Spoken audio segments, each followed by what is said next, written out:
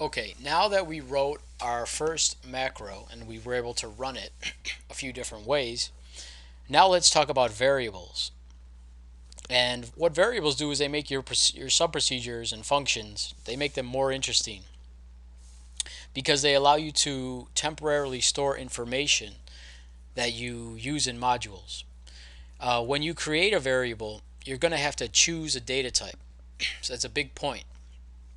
Every time you create a variable, you have to choose a data type which tells your computer what kind of information your variable can store, what kind of information your variable can hold. For instance, can your variable store numbers, or can it store text, or can it store dates? You have to tell the computer what kind of information your variable can store. And let's start out by just looking at a simple example. So if I create a sub procedure here called sub, I'll call it vars, VARS, and hit enter, I have a new sub procedure where I can write some code. And I'm just going to get rid of this properties windows now because we don't really need it. So to declare a variable, you need to first write the word dim. This stands for dimension. And then you put the name of the variable. So I'm going to put dim my first variable. Or I'll just put my first, I'll put my first variable. And then you put the data type. So this is the name of the variable. This is a keyword that's required. So you write dim and then the name of the variable, and then as, which is a keyword. And then you see this IntelliSense pops up, and it allows you to pick things. I want to declare it as an integer. So I could either use this IntelliSense, or I could just write the word integer, or I could double click this, either way. So this is a variable declaration. Notice that the keywords are in blue, dim is in blue, and as integer is in blue. And what just happened here? Well, I just wrote a line of code that declares a variable, and the dimension of this variable, or the size of it, you can think of dimension as a size, is saying make this variable big enough to store integers. And we'll see exactly how big those are in just 1 second, how big that size is. But this is the general syntax for declaring a variable. If you want to declare more than one variable, you can do this, like dim x as integer. Or you can do something like this. If you don't want to do it on 2 lines, you can do it on the same line by doing x as integer. If you don't want to do it on 2 lines. Notice if you do it on 1 line, you still need the word dim, but then you don't need a dim out here. You separate the variables with commas, and then you put the name of your variable and then the type of the data type. And we'll look at the data types in a second, but what this line does is declare 2 variables. Here's my first variable, and it can store integers. Here's my second variable called x, and it can store an integer too. If you want to now populate your variable with an integer, you can do that by doing something, by assigning it a number. And you assign to a variable like this, my first variable equals, and then you could put 8. And you could also do x equals 80 or something like that. So here I'm declaring variables, and I'll just declare another one down here, dim y as integer, and I'll put y is equal to 6,000. So here I declared 3 variables. Notice you do need the dim keyword, which stands for dimension. I'm going to say this stuff and repeat it because it's important for you to understand these major points. Dimension again means the size, and what determines the size is the data type. And all these variables here, these three variables, have a data type of integer.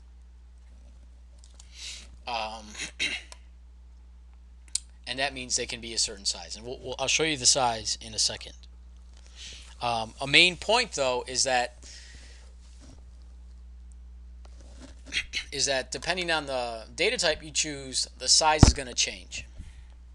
So what I did is I inserted a module here.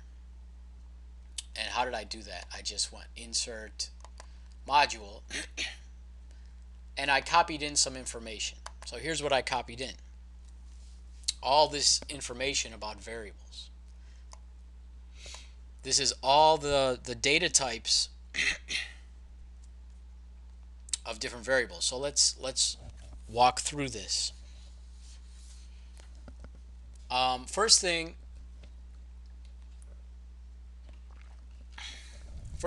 we want to talk about is a single line variable declaration, which is what we already saw, right? We already saw that you could do something like this, declare the variables on a single line, or you could declare the variables one line each, right? And if we go to our variables module, this is an example of single line declaration. And all I did is just put some more variables here. Integer 1, dim integer 1 as integer, dim integer 2 as integer, dim integer 3, dim integer 4. Here I have a xDate is the name of a variable that is now of data type date. So you can mix the data types on the same line. And if you want to continue your line, you can put a space underscore that will allow you to continue your variable declaration, your single line variable declaration. So here I have another date variable, and here I have a string variable, xString as string, and I could put another variable here, int 50 as integer. So the point I'm making here is how to do single line declaration. You could do it with one keyword. You need to have the dimension keyword, and then you could put your variable names and their types separated by commas. And if you want to go over the line, if you want to keep doing that, but you're going to run out of space, you can put the space and then underscore and keep doing that. Down here, I want to show you that doing this, dim int 6, dim int 6, int 7, int 8 as integer. This is not the same as this. Notice that the only variable name that has a data type after it is int 8, right? This is a variable name, and here's its data type, which says it can store integers. These don't have a data type after it. What happens in that case? Well, what happens is that integer int 6 and int 7 are going to be by default, they're going to have a data type of variant. And that's what I have in comments over here. I say warning, int 6 and int 7 will be variant, not integer. So don't do this. This is a warning. Do not do this. Make sure all your variables have a data type. And we'll see this more later. And then here's an example of how to assign to a variable again, which we already saw. Okay, so now let's look at a few different things. If you want to declare a variable and you know that the variable's value is not going to change, you can you can use the keyword const, C-O-N-S-T, which stands for constant, and then you put the name of your variable, and then you put the type of your variable, and then you assign it a value. And this means your variable will never change in your code, and you can only assign it once. So notice the const is taking the place of the dim keyword, right? Before we had dim, now we have const. And this is not used too much, but if you have a variable that you know its value is never going to change, you should use const. And this doesn't happen too often, but it's good to know. You should know this. Okay, so now let's look at all the different types of variables. So what we've seen so far are these as integers, and this makes a variable store integers, but there's other types of data types that you can allow on variables. And as I said before, a variable, it's stored in your computer's memory as a certain type, or what I call a data type. And there's 10 or so data types, and depending on the data type, the size of that variable is going to change. So we're going to look at all the data types, and I'm going to tell you how big these variables are. So if you declare a variable like this, dim var byte as byte, you're declaring a variable of data type byte. And what does this mean? This means you can store numbers from 0 to 255, and the size of this variable is going to be 1 byte of memory. And notice, what does that mean? This means this is the smallest. As we go down this list, these are the smallest variables at the top, and then as we go down further and further, and I talk, the variables are going to get bigger and bigger. And when I say bigger, I mean they take up more bytes of memory on your computer. So the smallest variable type or data type is the byte, and it only takes up 1 byte of memory, and it can store numbers between 0 and 255.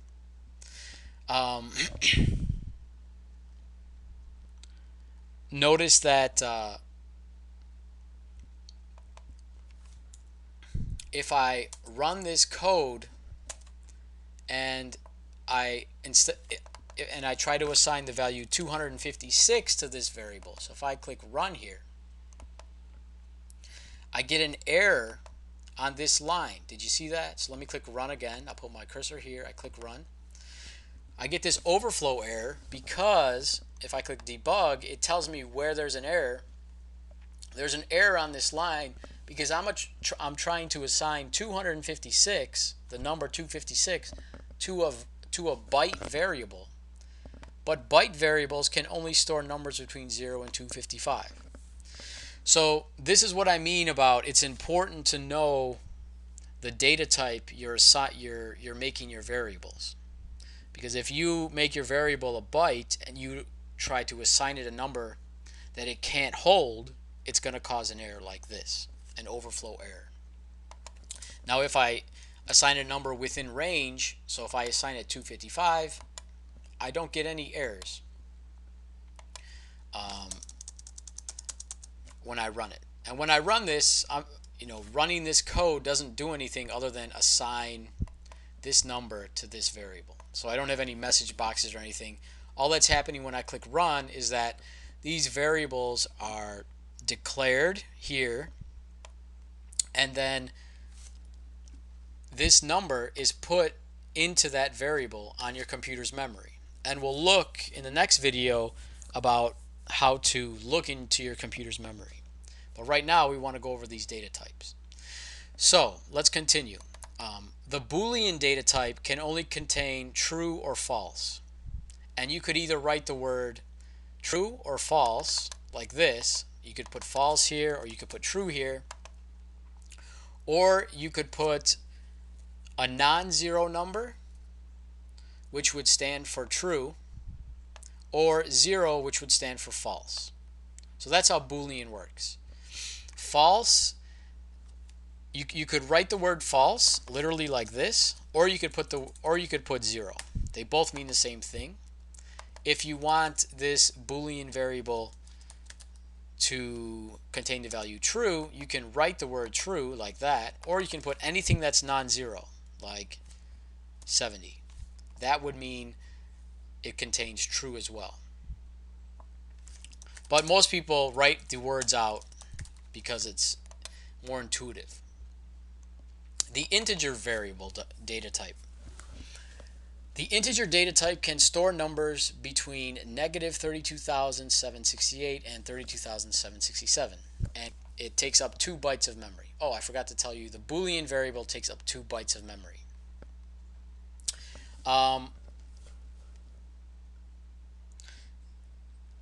So the thing to notice about integer variables is that they don't go up to 1,000,000.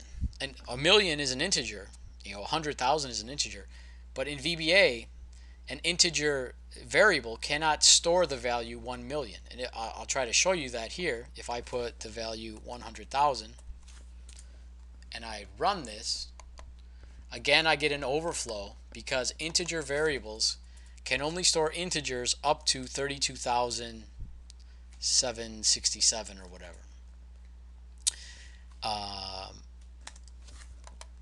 And the other thing to note about integer variables is that if you put a decimal in here like 5.6, let's put a message box for this integer variable.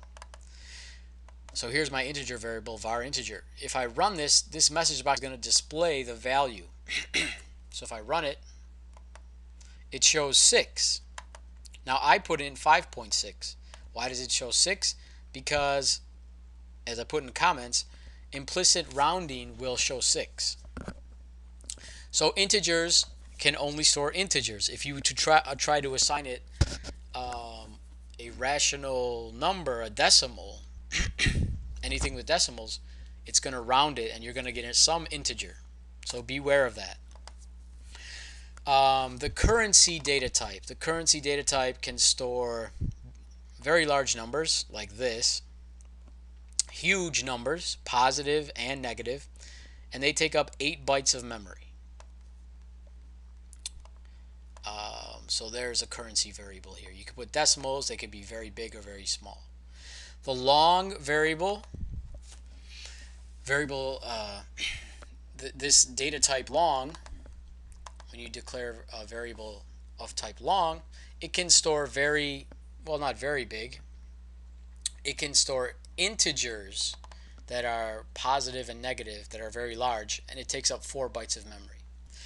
The thing to notice about longs and integers, they're sort of the same thing, except that longs can hold larger numbers.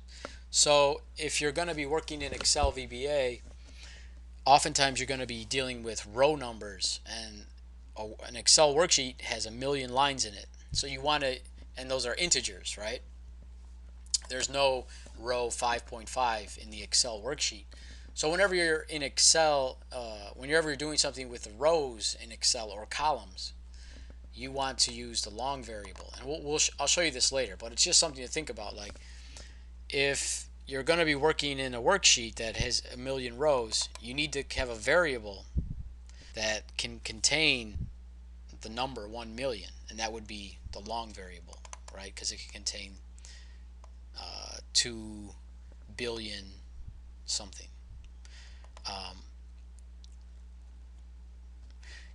Another thing to note about these variables is that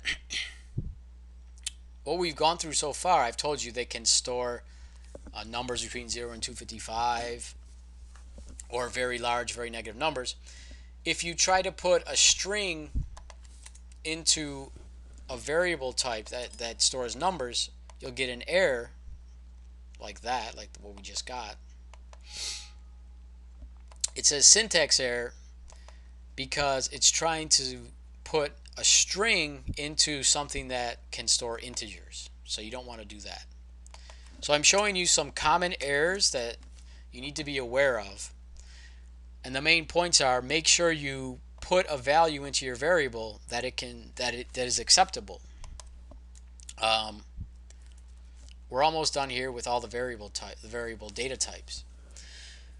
So now we're on single. A single data type can store huge numbers, positive and negative. A double data type again can store very, very big negative numbers and very, very big positive numbers, like 4.9 to um, this is like in the many, many hundreds of millions, gazillions or something like that. I mean, these are the biggest. These can store huge numbers, single and double. Double can store bigger than single. That's something to be aware of. How much memory do they take up?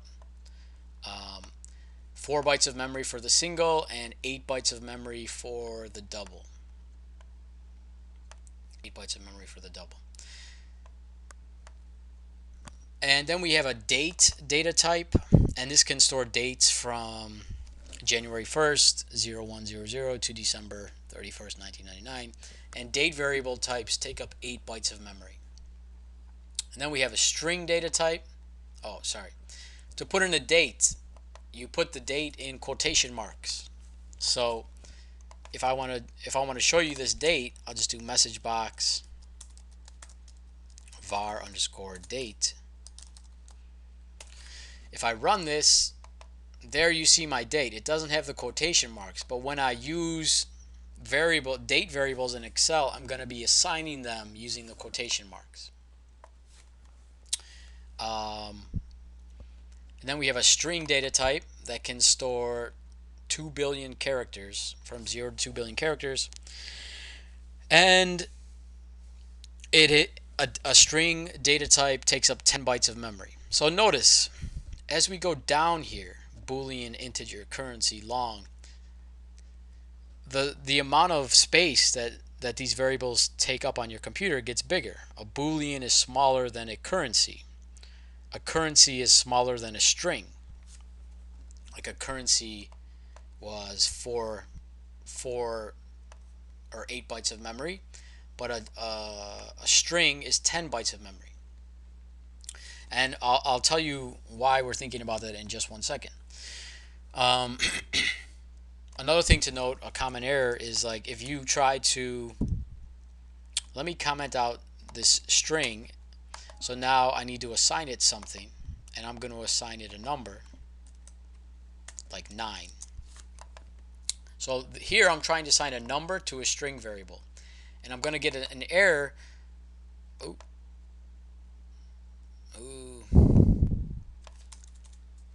Actually, no, you won't get a number. This is actually acceptable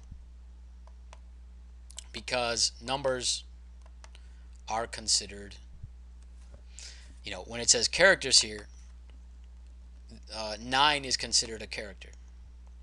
But notice if I do this, 9 plus 7, and I hit enter,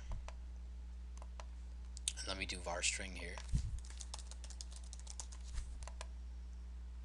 I'll put this in a message box so you can see what's happening here. Is like before we couldn't assign a string to up here we cannot assign a string to a long. You can't put a string into something that can hold numbers. But here, down here, if I hit enter, I get the number 16 because somehow I can put numbers here and it could go into a string variable, and then I can display that. So that's kind of interesting. You should be aware of that's possible. It's not recommended. If you were going to use a variable that stores numbers, then use a variable type that is related to numbers, whether it's double or integer or long. Don't do this. Don't do addition and multiplication, subtraction with string variables. It's not a good idea. In fact, if you create another string variable like this, like str2 as string, str2 str2 is equal to 100, and then you do str2 minus var string, and you hit run, you get the number 84. But this is, you're doing addition and subtraction with string variables. It just doesn't make sense. Even though VBA allows it, don't do it this way, because people who are looking at your code will think you're crazy. So don't do it this way. If you're going to be doing subtractions and things like that, use data types that are related to numbers. Use long or use double or use integer. Don't do this. So be aware of that. Okay, last one. This is a critical one. There's something called a variant data type, and this can store numbers up to data type double. So basically it's like a double data type, or it can store 1 billion characters.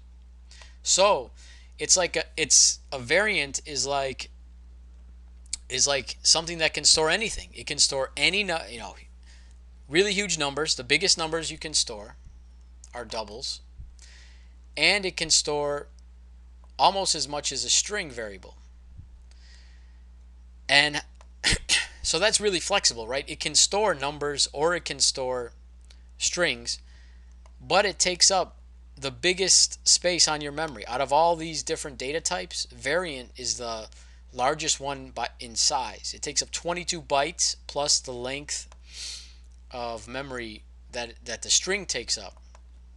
But 22 bytes, at least 22 bytes it's taking up. Everything else took up like 2 bytes or 4 bytes or 8 bytes. So why is this important? It's important because when you don't declare a variable, say you just have this variable. Let's declare. Excuse me. Let's write a variable name like income is equal to 90. When you do that, income is equal to 90, and you don't use the dim keyword, you by default, what happens is that this variable is declared in your memory as a variant data type. So that's why it's very critical to declare your variables using the dim keyword. And what can help you do that is this option explicit up here.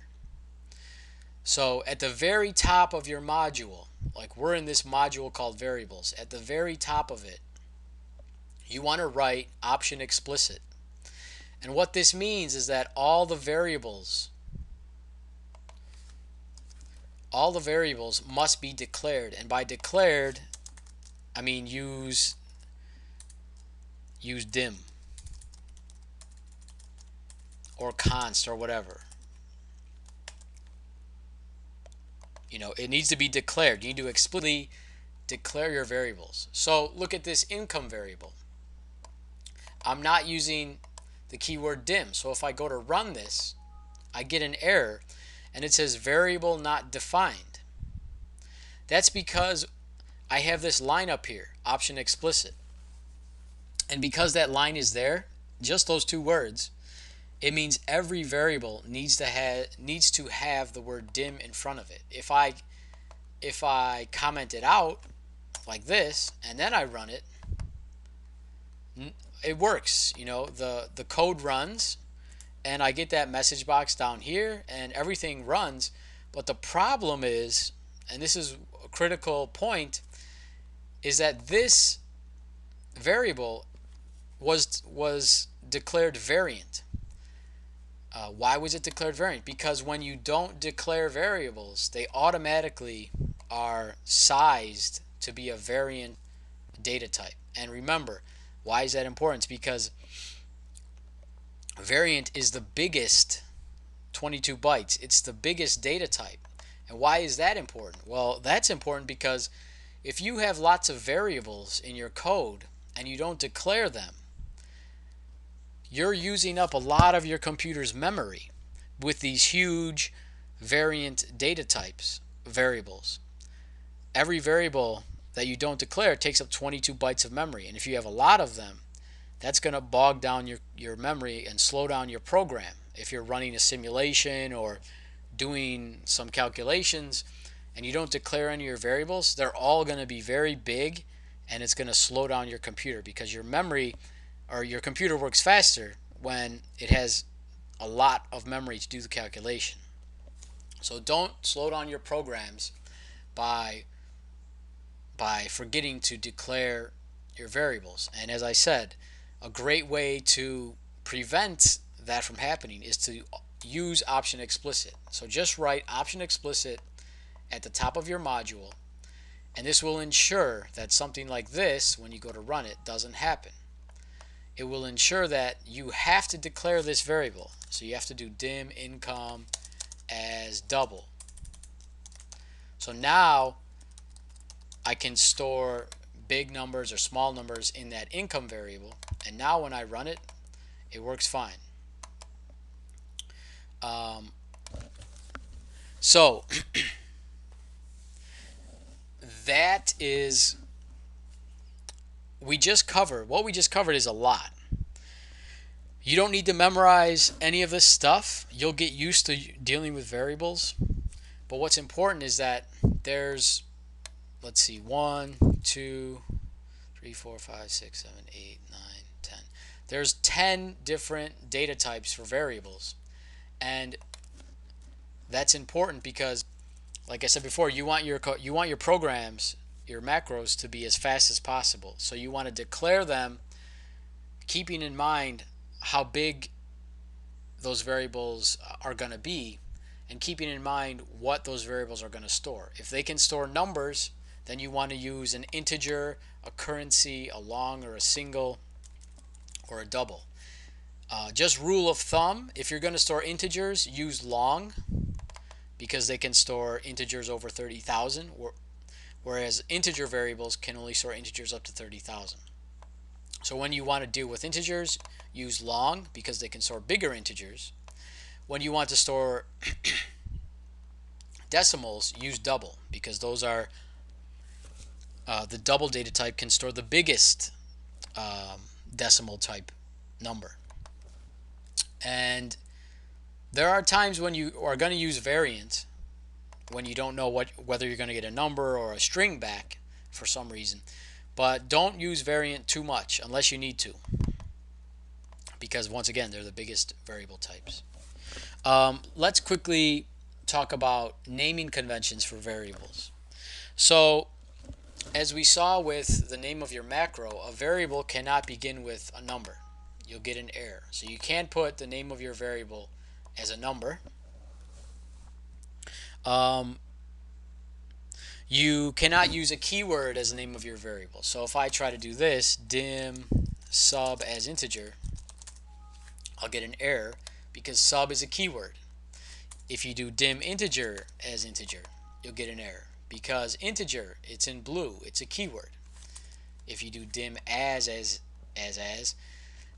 doesn't know what to do because as is a keyword.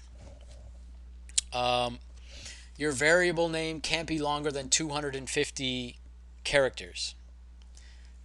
That's probably, you don't need to worry about that because you're probably never going to name a variable 250 characters like that, right? But you can if you want.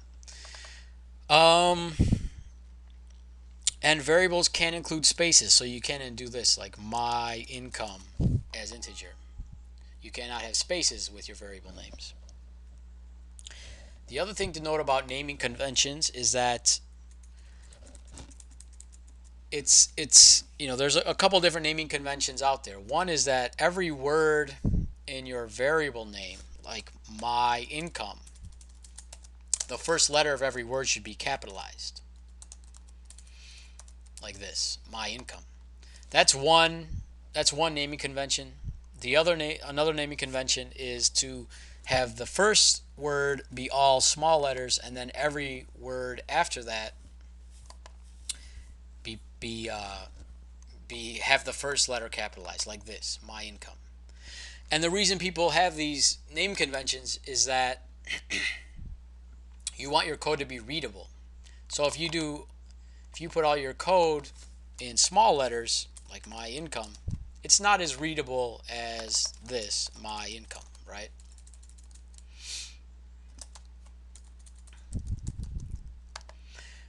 Naming conventions are not critical, but they're something you want to think about because they make your code more readable to other people and it just looks better. You know, I try to use naming conventions as much as possible, like to put the first letter capitalized, but oftentimes I don't. So, um, everyone has their faults, right? But in a perfect world, you would always do a naming convention that makes your code more readable. Um, so, we covered a lot in this video, and you're gonna have access. You could download this file and you could look at this variables module and you could see everything that we just talked about.